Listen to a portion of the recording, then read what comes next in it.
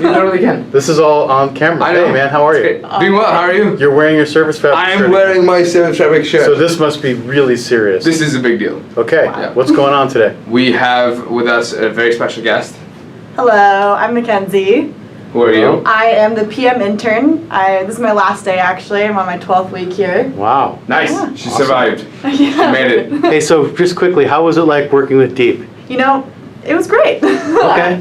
He That was not facetious at all. No, Not no, made no. up. That was genuine. Is he fun to work with? Yes, he is. You know, unfortunately, we didn't have a lot of overlap during the time, but I've enjoyed my interactions with him. We've Right had on. some fun lunches. Right on, man.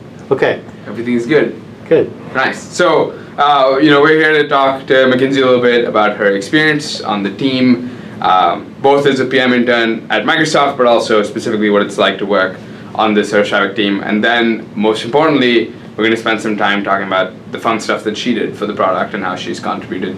Awesome. So to kick things off, why don't you tell us a little bit about yourself, what you study, where you study? Yeah. So I'm going into my 4th year at the University of Washington. Cool. Yeah, go Dawgs. I am an Informatics Major, and just to kind of explain what that is, we typically describe it as the intersection of people, technology, and a little bit of math. So a lot of studying, how people use technology, how they're interacting with it. I get a fun kind of smattering of computer science classes, of design classes, and all of that. I'm also a math minor, so I have some interest in math as well. Well, nice. Awesome. All things that are probably useful on the Service Fabric team. Hopefully, yes. Absolutely. We're all about data and math and people, I guess. More or less. The intersection. The intersection. Yeah. Cluster intersection. Okay, that's awesome. Yeah. So one question I would have right off the bat is, why did you choose the program management discipline as an internship? So I was lucky in that last year I worked as an Explorer intern, which basically means I got 4 to 6 weeks of PM work, and then the remainder was development. So I got the fun task of being able to spec out something that I eventually built. I wasn't working with Service Fabric last year, but it gave me a good idea of kind of what the PM role might look like, and I really enjoyed being customer focused. I liked wearing multiple hats and being able to go talk with the researchers, talk with the designers, kind of indicative in my major that I like to have like a wide breadth of what I'm doing, so I felt like PM lent itself well to that and I didn't get shoehorned into one specific track. That's really interesting because we had a conversation with the Explorer interns recently, Yeah. and that's exactly almost to the word what they said. All of them, except for one who wanted to be a dev. I was gonna ask, did a majority of them end up trying to continue Two on of as them- PM, or? So 2 of them wanted to stay, to try PM next year in Okay. like your role. Nice. And then the other one was like, no, I want to be a dev because I actually didn't like having to try to please everybody. Yeah, that was kind of our experience as well. We had 2 people end up staying with the dev, and I was the crazy one who was like, you know what, I want to keep on this PM Oh, track. that's really cool. Yeah. You think I'm trying to please everybody, Charles? I do. I can say, Deep, you see, Deep comes through our various pods with a big smile on his face, usually bringing treats and stuff for the developers. Oh, really? What am I, the Pied Piper of developers? Come with me! No, but I mean, it is a really interesting role. The role has changed over the years. I mean, I've been here Yeah. for a long time. Yeah. The PM role, it used to be quite different than it is today. Absolutely. So- But it's good fun. Yeah. It is. So sort of what I wanted to hear from you also is a little bit of what your takeaways were. First, let's talk maybe from the platform side of things, like what are the things that you liked, learned, noticed, and then some feedback that you have, and then maybe translate that also to your personal development as well. We'd be curious to hear. Sure. I learned a lot. Basically, I came in with zero knowledge of what Service Fabric was, even what it meant to be a PM inside of Azure. Last year, I worked as a flow intern, so what we were doing was really catering to a business personality and not so much a full stack developer. So I got to put on a different hat there, especially as someone who I said has kind of bounced around different trades and hadn't really worked deeply inside of a developer track. It was, I guess, a good challenge to learn how to empathize with that position more or less. In terms of onboarding onto the product, it was basically just a week or so of me discovering all of the documentation, you know, lots of reading, and it's about 1,000 pages if you download it as a PDF. It's a lot. It is kind of like the coursework, like an intro to a large course. I'm from a quarter system, so I'm kind of used to this, like information dump and say run with it for 10 weeks. So that was kind of familiar for me. But I think the most learning really came through when I started getting my hands dirty. Actually more towards the second half of the internship, when I started to like play with containers and started to play stuff on Service Fabric, and I could see why it was useful and why it was interesting. Yeah. And I think that's when I gained a lot of perspective on it as well. So why was it useful? Why was it interesting? And then what are some things that we could do better? Why was it useful and interesting? I guess the fact that this is mainly reflect on containers, but I thought it was cool that I could build up this website. It had so many things that were dependent on it. I could place it in isolation, and anyone, anywhere who like had access to this container could pull it up and it'd be working perfectly. Yeah. That was beautiful. And then to be able to put it on something like for Service Fabric and know that it would be safe. If it was having a lot of traffic coming onto it, you know, it had failover and it had high availability and all that good stuff. I didn't have to worry about, you know, any of the overall architecture. It was just more about building my application and placing it somewhere, and that was kind of knowing it'd be safe, and that was the end of it, you know. That was a good experience. Was that mesh? Was it mesh? No, it was just because it was such a simple website. It wasn't too intricate. It wasn't like I had a bunch of services within it. It was just one, so it was a fairly easy experience. So I think this is a great time to segue into sort of, why don't you tell us what you did? Like, what was the project you worked on? Yes. So what is this website you keep referencing? I came onto the team, and it was kind of made clear to me that there was a business need to improve the onboarding experience. So if you are completely new to Service Fabric, it is a lot of learning. It's a lot of kind of hunting for the different resources and deciding what's useful, what's not as useful for employees and just new people who are looking to experiment with Service Fabric. So I was tasked with building out a website that would facilitate that process, save you time Googling and searching and exploring the internet, and more about catalyzing your experience and placing you where you needed to go. And from there, you know, being able to reach out to others who are interested in Service Fabric or even just having what you were looking for. Great. Is this an all right time to pivot the camera over to the projection? Sure. Yeah, Mackenzie, why don't you actually show us what it looks like? Sure, absolutely. All right. So what do we got here? All right. So when you land, the primary focus is just to get you started with Service Fabric. So if you don't have the SDK running on your machine, we can help you if you're on Windows, Linux, or Mac. If you scroll down a little bit, we also have this nice intro section. This is a great video about Service Fabric. We have one on Mesh coming soon, correct? So that's just a little bit. I didn't want to make the assumption that anyone using this website would know anything about Service Fabric, so hopefully this is enough to get them the idea of, are they on the right site? Is this something that's going to be useful for them? From there, I highlight just a couple main features, giving them basically more context. And then this gets to kind of the primary focus of my website, where I'm organizing the resources for you. Here's your try section. So this includes all of our quick starts. I'm filtering them. Not a huge need to do that right now since they're in a ton, but maybe as this list grows, it'll be useful to be like, okay, I really want to focus on, you know, Linux stuff. So being able to filter on the quick starts, tutorials, code samples as well. We have all of our videos here. There's hundreds of videos on Service Fabric out there. So I just kind of wanted to organize them a bit for you. We even have a little section for deep dives on here. Oh, nice. Look at that. Yeah, you got How come you only have those 3 videos under there? I know, I picked, let's see, there might be a little bit older ones too. So this can be filtered out and refreshed. We have Azure Friday videos, our Q&As will all pop up there. Yeah. Our written resources, so our trusty documentation is out there. You can check out any question you have. It's probably answered inside of there somewhere. Our team blog, as well as our roadmap where we're going. I've also included a little section on kind of what our users are saying, so you can I know Alaska is kind of an interesting journey with Azure and Service Fabric. Right. So that video is informative. We're excited about next games. If you like Pokemon Go and zombies, it's the application for nice you. hybrid of Pokemon Go and killing zombies. And lastly, a little section on just things we want to focus. So we just released some troubleshooting guides. Mm-hmm. We did an update on our open sourcing project and how that's going for us. So if you want to check out what's specifically new and upcoming, this is a great place to go.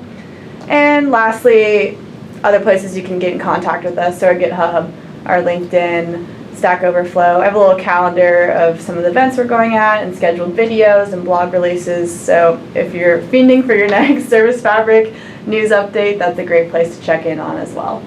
Cool. So this is sort of to help us, foster more of like a community hub or like a nice sort of one place, one-stop shop to ramp up on Service Fabric kind of thing? Yes, exactly. And yeah, the more we can get people talking to each other as well if you have questions, that's great. Right. I know as a college student, Stack Overflow is something You use a bunch? I leverage a lot, Yeah. so Nice. And so how can somebody see this today? Or what's the plan for making this available? Unfortunately, they cannot see it today. It's still Well, they can by watching this video. By watching this video. Oh, man. It's still private. It should be released publicly within the next week. Okay. I believe it will be under servicefabric.io. We can probably get back to you guys with a specific link in the next week, but hopefully it'll be within the next coming week or so. It'll be. So one thing I'd like to talk a little bit about too is the fact that you built this to run as a containerized application on Service Fabric. So you've thought through a few things now from the perspective of a application developer and also from the ops side, because I'm sure you've put in some time into figuring out how this will run for longer. Yeah. So I'd love to hear sort of how you approach those things and then what you've done to set it up in order for it to run. Because this is another one of those things like, Charles, we were talking to the SFRP guys, and I was like, there are clusters that run SFRP, which are also Service Fabric clusters. Yes. Here's a website that teaches you about Service Fabric that also runs on Service Fabric. Of course. Yeah, so that was interesting. That was kind of the beauty in it, and the fact that I was able to finish this a little bit early, the fact that I could put it in a container and run it on Service Fabric. So the idea is that it'll eventually exist as a code sample as well. It'll be hosted through GitHub, but if you wanted to download the code sample and get it running locally on your machine, that's something you can totally do as well and see what it would take if you wanted to replicate that process as well. In terms of kind of what it took, first it took a little bit of understanding what containers were, what Docker files were. The joys. Once it was running, it was awesome. So I got my container running, specifically loaded it up to Azure Container Registry, which was a pretty painless process, spun up a cluster, uploaded my application to the cluster. After a couple tries, it was healthy and happy. One of the mistakes I made initially was not paying attention to what OS the cluster was. Oh yeah. So I had a Windows cluster running a Linux container, and it wasn't too happy about that. But the errors were fairly straightforward, so it was a quick correction of course, and I got everything running successfully and pretty happily within probably a week or so. So if you had a few more weeks to work on this, like what things that you would have done? I would have really liked some sort of documentation tree or some way to get people to the right documentation that's not necessarily just search. So maybe asking some introductory questions like, are you new, intermediate, advanced user? Yeah. What are you specifically looking to do with Service Fabric? Are you like a Windows developer, Linux developer, stuff? Just like a little simple tree to click through that could give you like little buckets of documentation. Great idea. Would have been awesome. It would have taken a little bit to design that, and it also would have taken a lot to think about what exact user paths we should walk down. Yeah. But I think that could be something that would be really useful. So just to pause for a second here, I mean, we didn't really show this to them when we were aimed at the TV, but she's got a section on her website that's super interesting where there's an internal, well, it's not internal actually, it's a full search of all of our documentation. And for the first time ever, you'd actually be able to find a doc by not knowing its title. Because one of the issues we have with our Microsoft Docs is you need to know, because it just searches headers and the metadata of the actual article. So unless you get lucky with some text in like Google search or Bing search actually finding it for you, going to Dawgs from this page, I think is a lot more efficient now because you can actually type in the exact thing you're looking for, and it's crawled through every single doc in our full like doc stack down to like every line as opposed to just headings. So it improves searchability. How did you do that? Yeah.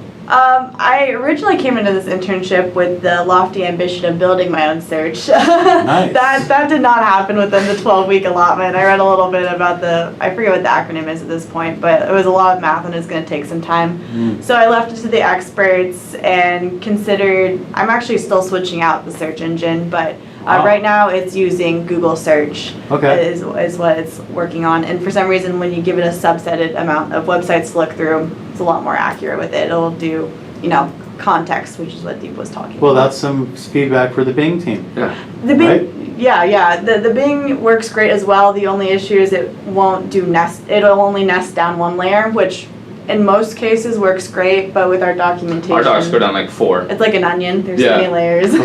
They must. Or 5, like the number of nodes. Exactly. Yeah, 5 is actually the limit, so you're right, it is up to 5, yeah. Nice. So, but it works great, so I'm enjoying that. Cool. What was, and I guess this is more like, what was the thing that you found the hardest? The hardest? This is maybe something that just kind of reflects on the PM position, but learning when to ask questions is kind of a tricky line, because being a PM is a lot about kind of forging out your own space and working with your unknowns and your knowns and making a plan of action, even when you don't know everything, and being able to operate on that. But at the same time, as an intern, there are just times you're going to have to ask a question because you will be stuck if you don't get help. So learning when that point is, so you're not asking too much and you're stunting your own growth, but you're not asking enough and you're getting blocked. So learning where that point is was difficult for me, but also rewarding. And then either related to that or unrelated, what would be your advice to people that are going to be in your shoes maybe next summer, the summer after that? Ooh, that's a tricky one. I would say this is me giving myself advice. I knew I was going on to Service Fabric probably around March or so, and I wish I would have taken some time before joining the team to just play around on it. I know I have a free Azure subscription with my school, so just logging on, spinning up a cluster, interacting with it a little bit before going in would have saved me a bit of onboarding time and could have left a little bit more time for my project. So if you're lucky enough to know what you're working on ahead of time, maybe check it out because it's a lot of learning. But I mean, I think that's a really valuable exercise and sort of is what's driven your really nice portal that you made. Thank you. Is that, quite honestly, when you have such a complex technology, and again, Service Fabric was designed as an infrastructure to support SQL Azure, Cosmos DB, blah, blah, blah, blah, blah, pretty much all of the central services of Azure itself. Right. And then a couple of years ago, it became a public offering. And so people like Deep and the program management team have been very busy trying to make sure that how do you take something that was designed as an infrastructure to be used internally Right.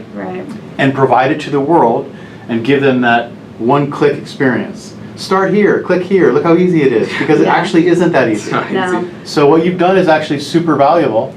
And I guess the question I was trying to come to here was, actually it was more of a response to the point that you made. I actually think it's a great idea to have an intern come in with zero experience with a product, because then the people that you're working for, like Deep and Company, you're working around these program managers, they can see firsthand somebody's come in with net zero background knowledge of the product, and it's taken this long to get to a point to help us make something better. That actually is a lot of feedback for you. It is, Yeah. and I think we learned a lot from like some of the stuff that Mackenzie was doing towards the end of an internship specifically to script a lot of these steps to get this running on Service Fabric. So there were like things that you were doing that we think actually are completely fair scenarios that we expect companies that are operating websites on like at scale in containers to want to do as well, and things that weren't super easy for you. Yeah, exactly. Documenting the struggle is important. Yeah. With Flow, it was I had a very quick turnaround from not knowing to understanding, and I kind of expected that same amount of time with Service Fabric. But just because it was so complex, it was more drawn out, and it was kind of a continuous learning experience. So being cognizant of that and deciding when something went beyond just like a personal lack of knowledge on my part to a genuine customer pain point was kind of something I learned to pick up along the way as well. Cool. That's awesome. Yeah. So did you interact much with the developers, the devs? No, not at all. That was something that was different about my internship this year than last year. Since I was kind of building out my own website, I was my own developer and my own designer through this. So I was a team of one during that 11 weeks. Interesting. But we I also think have next time you should take interns around to meet meet the devs, man. I think we've done that in the past, Yeah. and I think we need to do that better in the future. It sort of depends on like what they're working on. Yeah, because a lot of time we also want to make sure they're working on something that's scoped that they know they can finish without taking too many dependencies on other people. Yeah. And we don't want her leaving with this half done. Because then there's... So this is the part of the conversation where we're going to talk about you in the third person. Yeah, no, it's Welcome okay. to the Deep Control Show. No, it's fine. It's a difficult. I brought this up. Yeah, it's a hard line. She's just sitting here. I mean, because you want to be doing something that's relevant and it's contributing. But you can't be dependent on people because you guys are here longer than 3 months, and if something gets stuck, it gets stuck. Well, I mean, when we all started on the team, it doesn't matter if you're coming from Microsoft as an employee or you're not an intern, you still have to get up to speed. Yeah. And I think there's a lot of work. I think a great intern project would be to take the onboarding experience for employees who come in and take that to the next level. Yeah. Right? Both internally and externally, maybe, yeah. Because we also want it to be easier for us to go from the inside out, not just from the outside in. Yeah, sure. So maybe next year we'll get an intern to help with that as well. Oh, maybe you will. It'll be great. Maybe I'll do it. Yeah. Thanks. All right, yeah. Stack up some more patent keys. So I do have a question because, again, as I talked to the Explorer interns last time, it's really interesting to see the difference between what Explorer interns are, and they did some really cool stuff as well. Yeah. SFX stuff. SFX stuff. So some of that might be coming out publicly. Actually, the Chaos button is going to ship probably not in the next version, but at some point after that. Cool. And that's taking that whole experience. If something is too hard, let's turn it into a button. Love it. Right? Yeah. So awesome. Chaos has a button. And to me, I love that because it's one of the things that we offer first-class chaos engineering services, but nobody knows about it because they don't know anything, where to find it, where to start. Yeah. What does it mean? Right. And so here's what it means. Open up SFX, click on a button. So that said, what are you going to take from your experience from the past 12 weeks to school, to your senior year? Man, that's an interesting question. It's my last quarter too, so it's not even a full year. What am I going to take from this experience specifically? I think, again, it's made me more curious about this particular space. Like, I want to learn more about distributed systems and kind of dive into that area. So it's just unlocked an academic area that I probably wouldn't go after unless I had this internship. Cool. So a new area to be interested in. It's also just improved my confidence more or less. I think sometimes program management work can sometimes be translated to school more or less. So just I'm more confident in what I know. And I think that's about it. Cool. I have one other question. So we started a show back on Channel 9 probably, 12 years ago, 13 years ago, called Women, WM_IN.